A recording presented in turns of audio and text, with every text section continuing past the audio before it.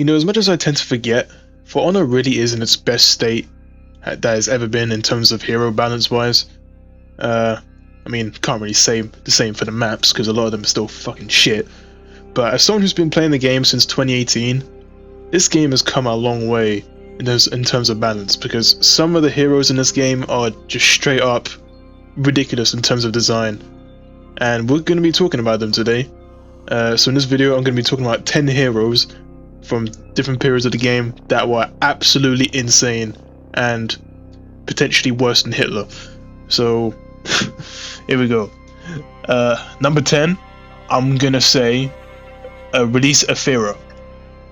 Now if you weren't around for launch Aphera, she came out back in January 2023, which thinking that was 3 years ago is kind of a scary thought, man.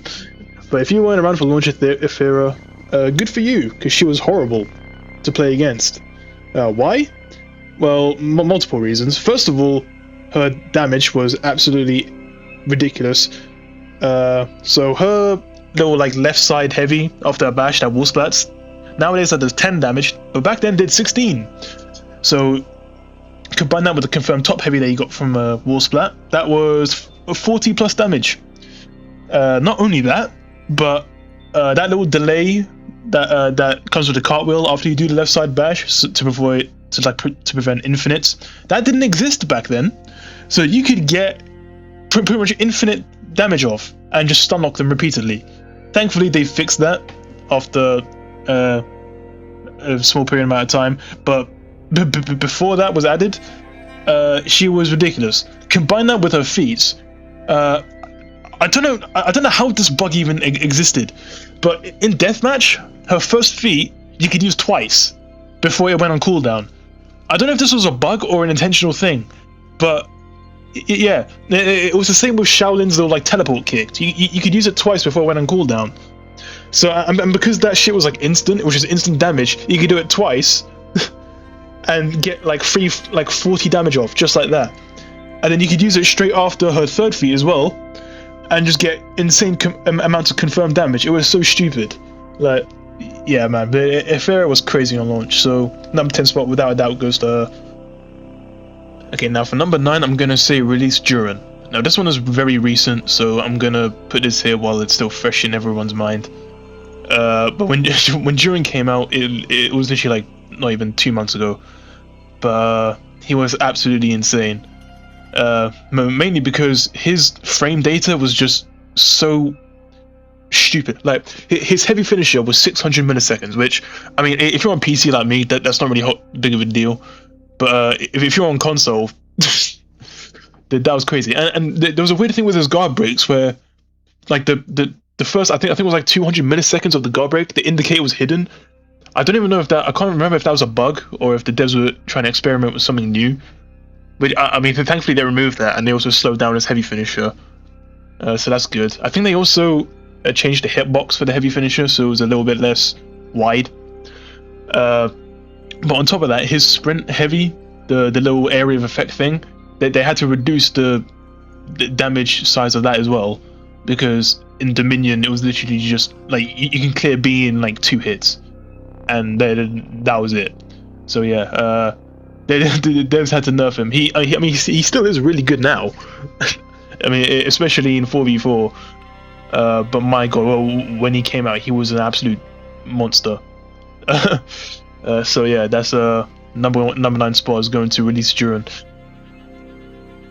Okay, now for number 8, I'm gonna give it to pre-CCU Highlander. Now, Highlander as a character has he's never really been bad. He's kind of been always either overpowered or just great. But the reason why I'm saying pre-CCU Highlander is because the damage values back then, like if you start playing after, I think it was around August 2020 when they released the CCU, the Core Combat update, where they pretty much adjusted the damage values of everyone as well as the speed of attacks. But the damage values back then, especially on Highlander, were crazy. The reason why I'm mentioning Highlander specifically was because his offensive stance, but back then, Highlander didn't have the same moveset as he does now. For example, like he didn't have a dodge attack back then. He didn't have I mean, he definitely didn't have his offensive stance dodge attack, but I'm pretty sure he didn't even have a normal dodge attack outside of offensive stance. Correct me if I'm wrong, if I'm misremembering, but I'm pretty sure he didn't. So like the only thing that you could do as a dodge attack was go into offensive stance to do a dodge kick. But he still had the kick and grab soft feint, and also the heavy into kick soft feint. And if you got hit by that, that was 40 damage in one hit. And with a combo that easy, like with a mix-up that easy to win, you could die in literally 3 moves. It's like 3 incorrect guesses and you were dead, because that would be 120 damage. I mean, if you're playing Lawbringer, then that was a bit different, because his health bar back in the day was insane. Same with like JJ and pretty much all the heavy characters, but for most characters, 3 hits was instant death. And on top of that, his heavy finishes, those wide-ass swings, yeah, if you thought they were annoying today, back then that was 45 damage. 45. Imagine that in a group fight. You probably imagine how annoying that was. Now, after the CCU came out, I'm pretty sure they buffed Highlander immensely, because like, when Highlander initially came out, his neutral lights were like really slow. I'm pretty sure there was something like 600, maybe even 700 milliseconds. They were really slow. So like no one would use them. The people Highlander got a hiccup. Highlander players would only use lights to do backwards lights into offensive stance. Or crushing counters. They would never actually use the light as an offensive tool. They just used it to get into an offensive stance. And once they did, you were in a world of trouble. And remember, he still had those 400 MS lights even back then. So yeah, but after the CCU, when they increased the speed of his light attack so that you could actually use it as an offensive tool, he was still he wasn't as good because the damage values were changed. So he did 30 damage instead of 40 for his offensive stance lights, but he was still absolutely amazing because he still had those mix-ups. And I can't remember if that change was also the same time they gave him armor on his second light attack in his chain. He doesn't have it anymore, but his second light attack was armored, which was just stupid. I'm gonna say OG Highlander simply because of just how crazy the damage values were and how easy it was to just absolutely delete people's health bars. So yeah, that's the number 8 spot. Right, now number 7, I'm gonna say release Warmonger. And it's not even because of her moveset, because her moveset was actually worse than it was now. Because nowadays she can do the light attack straight after the bash stab move. But back then, on release, her feats, if you thought her corruption feats were annoying now, when she came out, her corruption feats would work on minions. Yeah, any minions or pikemen or officers, it would work on that as well.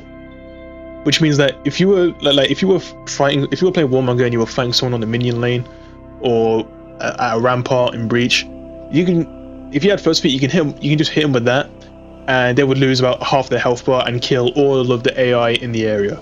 It was just the most ridiculous thing possible. I mean, and on top of that, if she got her like third feat or second feat, I can't remember which one it is, but she would heal off that and get most of her health back. And then combine that with her fourth feat, where she can infect multiple people at once, she could instantly clear pretty much any objective. And like, it was just so stupid. I mean, like, and even now, if there's a Warmonger on the attacking team, they've pretty much won. Even more so if there's more than one. To be honest, I don't think corruption should work on the commander, but that might be a hot take. I don't know. But my god, when she came out, the corruption feats were just so ridiculous that it's almost comedic to even think about. So yeah, that's the number 7 spot, going to release Warmonger. Now, there was no way I was going to make a video on the most broken heroes in For Honor history without mentioning Griffin at least once. When Griffin came out, I mean, if you're around, like, if you were in the fan base at that time, then I'm sure you know about the Griffin main monkey brain meme. Shout out Zanny. But that existed for a reason. When Griffin came out, so his bash, but right now it's dodge forward X or dodge forward square or whatever the button is on PC. I don't know, I use controller. But nowadays, dodge forward grab. But back then, it was a hold back on the stick and X or square or whatever, similar to Gladiator's toe stab. Now, Griffin came out at a time where new gen consoles had pretty much just come out, so pretty much no one had them. So, and remember this was before crossplay as well. So if you were on console, his bash was essentially unreactable. Like you had to guess when he was going to do it. And on top of that, his kick, the heavy off of that, it did 28 damage. 28. And on top of that, his light finishers, yeah, you know how they're not enhanced now? They were enhanced, so even if you blocked it, he'd keep frame advantage and just keep peppering you with that same ass annoying bash, or he might mix it up and do a dodge forward light, which catches dodges. And remember, at this time, some characters still didn't have dodge attacks, which means that on some attacks, you just couldn't punish him at all. He was so safe, he did so much damage. I'm pretty sure his hitboxes were worse. I mean, now he's not too bad. I mean, he still is pretty good, especially after they buffed him with him being able to do that armored zone after a kick, which actually gives him a pseudo infinite. Yeah, well, when he came out, Griffin players had a reputation for a reason. That's because their mains was just absolutely terrifying to play against, and I'm so glad that I'm not in that time again. So yeah, number 6 spot is going to release Griffin. Okay, now number 5, I'm gonna say without a doubt, launch Hitakiri. Oh my god, Hitakiri on launch was... If you thought Griffin was bad, Hitakiri, man. So when she came out, her moveset was a little different. I mean, back then she had the whole heavy on red meme. So her neutral heavies were armored, kind of like they are now. But there was a time where, I can't remember how long after she came out, but they actually removed the armor from uncharged neutral heavies. But when she came out, she did have that. So if you saw any kind of attack come out, then you could just press heavy and just trade. And this was before CCU, remember? So her uncharged heavies all did 30 damage. So if you got hit 4 or 5 times, now it's game over. Now in terms of her moveset, it was a little bit different. She still had the kick, or like the uncharged bash kick, which confirmed the heavy. But her sweep was kind of useless because it only confirmed the light attack. You couldn't do a heavy after it, like you can now, so people wouldn't really use that. But it didn't matter because the kick mix-up was still just as good. You could feint it into a guard break, feint it into a heavy, and catch dodge attacks. Like she was insane, and her charge heavies did 40 damage back then. And that was also great. I think after the CCU it did 34, and then they eventually reduced it to I think it's 30 now. Which, to be honest, I think they should bring it back to 34 because, I mean, it's a charged heavy, you know? It's not necessarily that easy to land, especially from neutral. But yeah, when Hitakiri came out, her just damage per second and her moveset was just dumb. I'm pretty sure her 4th feet insta-kill had a shorter cooldown as well, so that was fun. Like you could hit the commander twice and I'm pretty sure it only had like 2.5 minutes or like 2 minutes cooldown back in the day, so yeah, that had to get changed, and thank god it did. It's still annoying to get used on the commander now, so yeah, but without a doubt Hitakiri is one of the most brain dead heroes in For Honor history on release.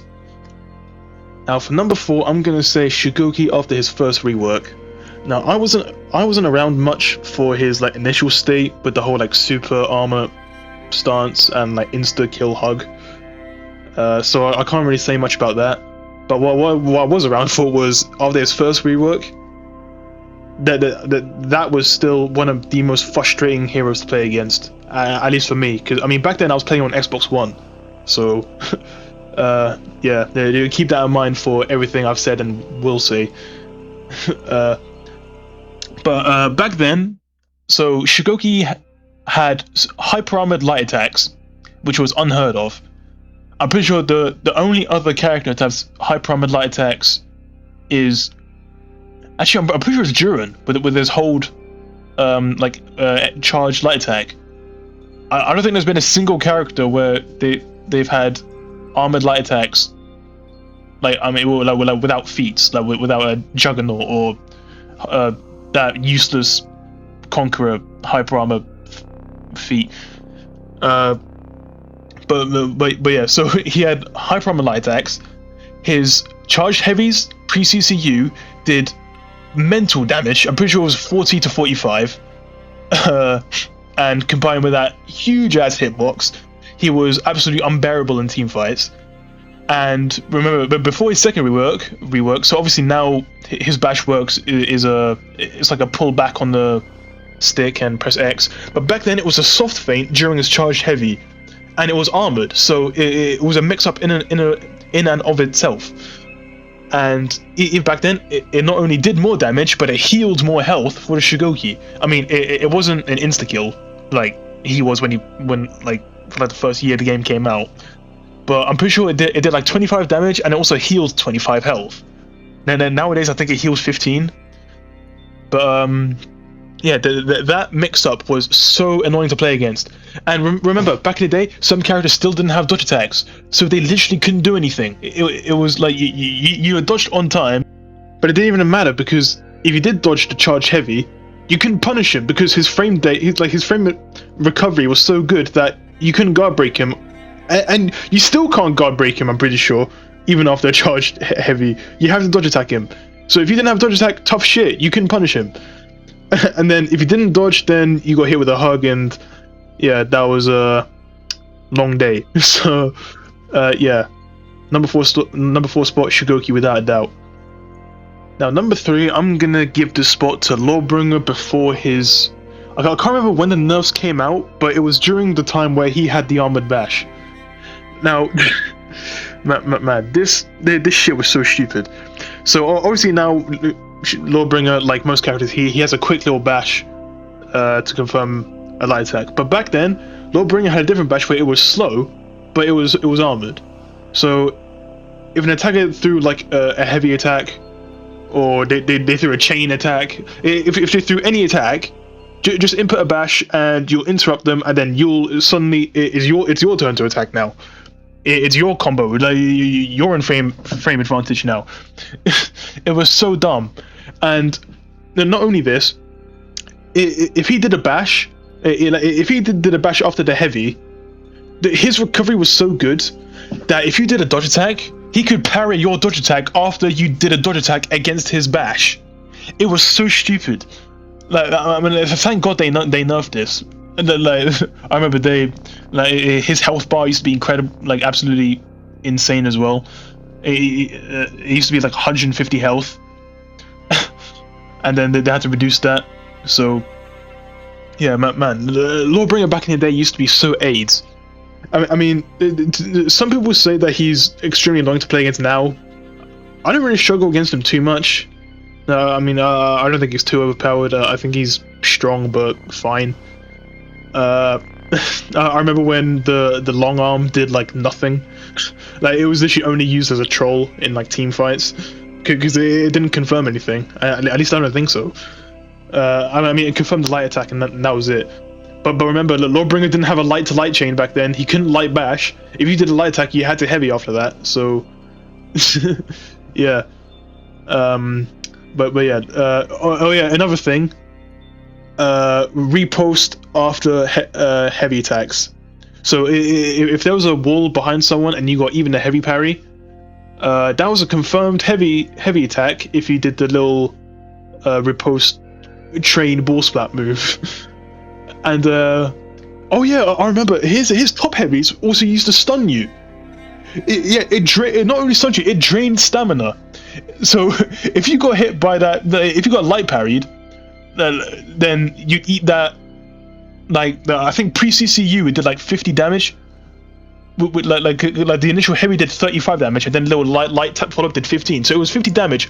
It drained your stamina and it stunned you.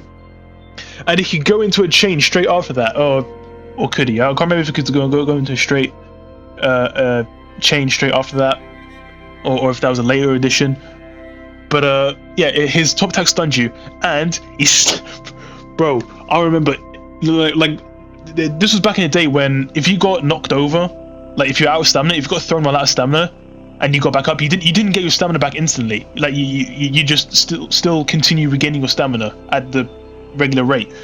So if you just got out of stamina and a Lordbringer guard broke you and threw you, it could do two top heavies, which would pause your stamina and do, I think it was like 60 damage, just like that. And you were still out of stamina, and he can go into an unblockable again and put you in the exact same mix-up. So you could die in literally 2 incorrect guesses. It was the most ridiculous shit ever, man.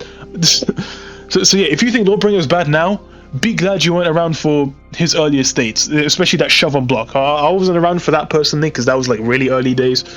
But yeah, I was around for the Lordbringer aids.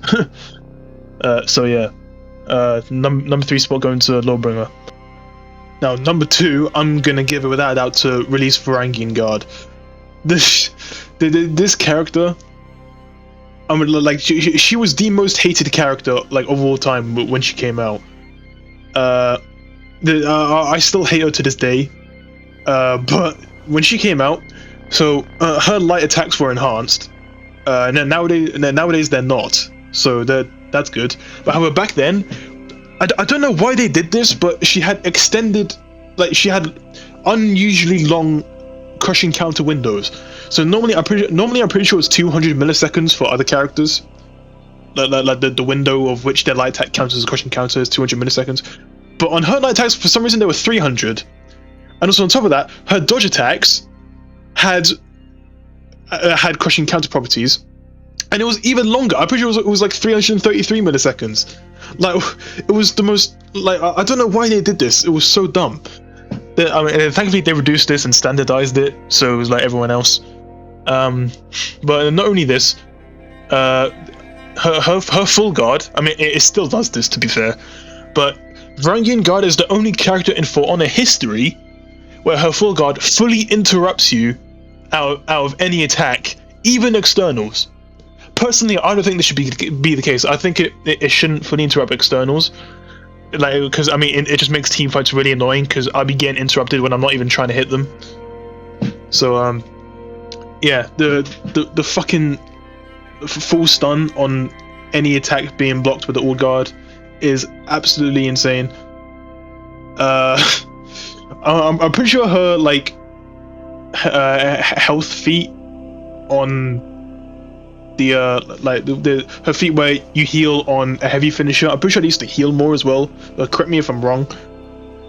But yeah, when she came out, I remember this wasn't really to do with her moveset, but they had to like nerf her voice because she was so loud and people complained, which was pretty funny. But yeah, when Varangian Guard came out, she was the most hated. I'd say more hated than Virtuosa. So yeah, number 2 spot is Varangian Guard on release. Now, before I get to number 1, I want to mention some honorable mentions. One of which being Virtuosa on release. This one's pretty recent, so it's still kind of stuck in people's memories. But when Virtuosa came out, I will say part of it was down to just people not really knowing how to play against her. I mean, some people still don't. But I mean, even excluding that, she was a little bit ridiculous, especially because her heavies while in stance have no guard break vulnerability, which is dumb. But also, like, her stamina conservation was so much better than it was now.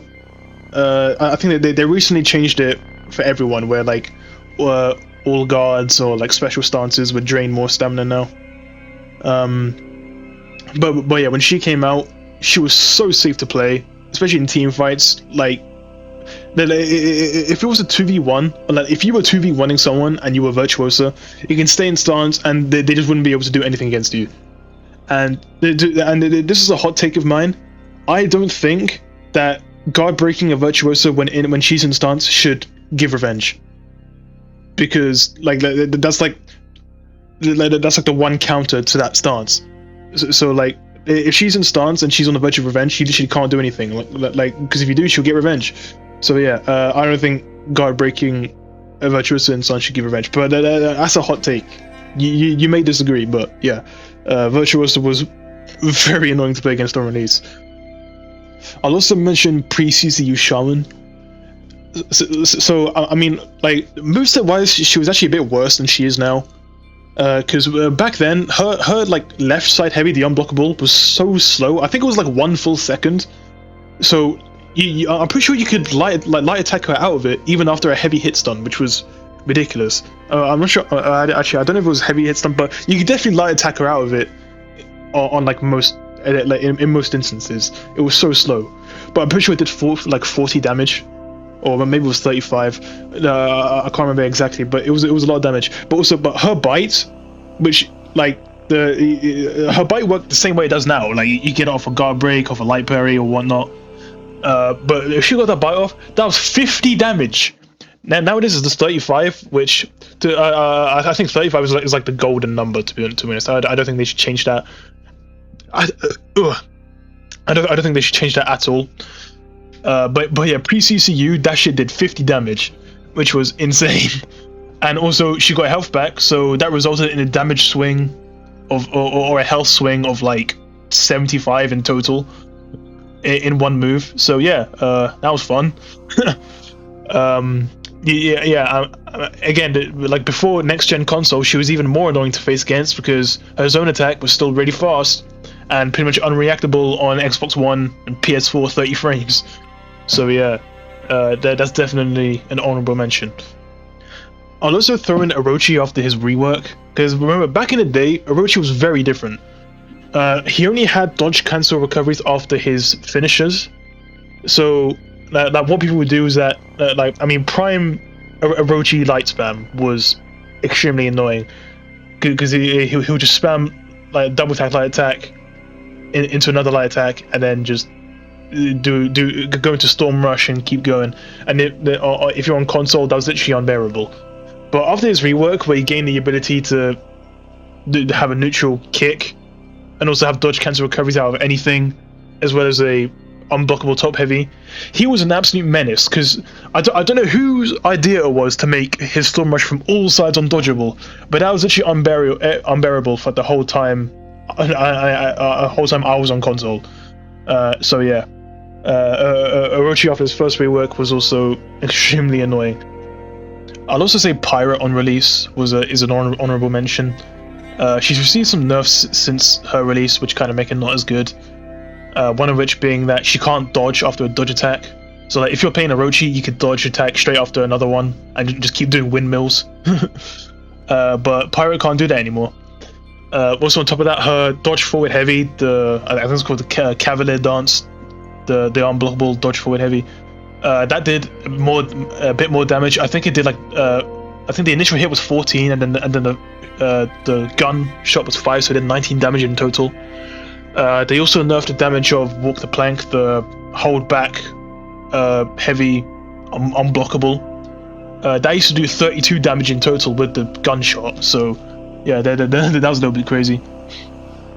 But I'd say like Pirate's still pretty good now, especially in 4v4, mainly because of her feat combinations. She has Bounty Hunter, Thrilling Comeback, and Indomitable. That feat setup should be illegal, because like in Breach, you're like any decent Pirate player is essentially unkillable with that feat setup. And in teamfight, she's crazy because of the peel ability. You know, her chain heavies have insane like forward momentum, and the gunshots fully like instantly interrupt someone out of hyper armor. So yeah, she still is really good, but on release she was even more good than she already was. So yeah.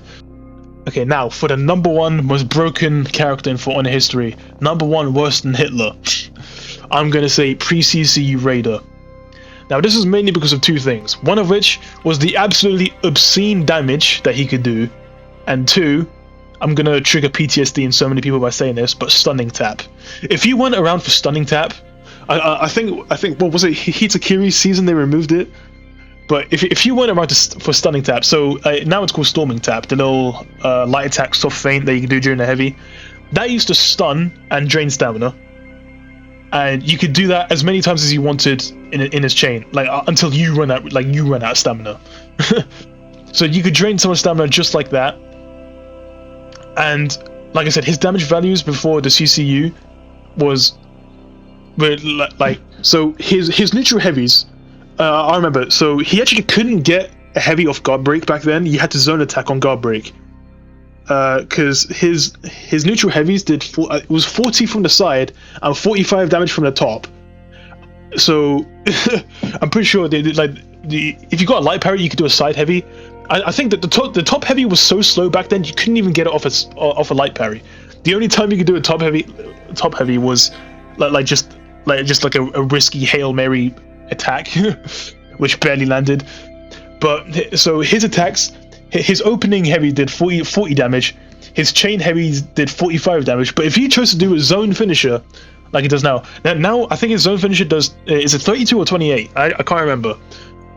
But back then, before CCU, it did 50 damage. His zone finisher, which was unblockable, did 50 damage. Which means he could kill you in one single combo if you guessed wrong. If you got it, back in the day when Shinobi first came out, his health bar was really small for some reason.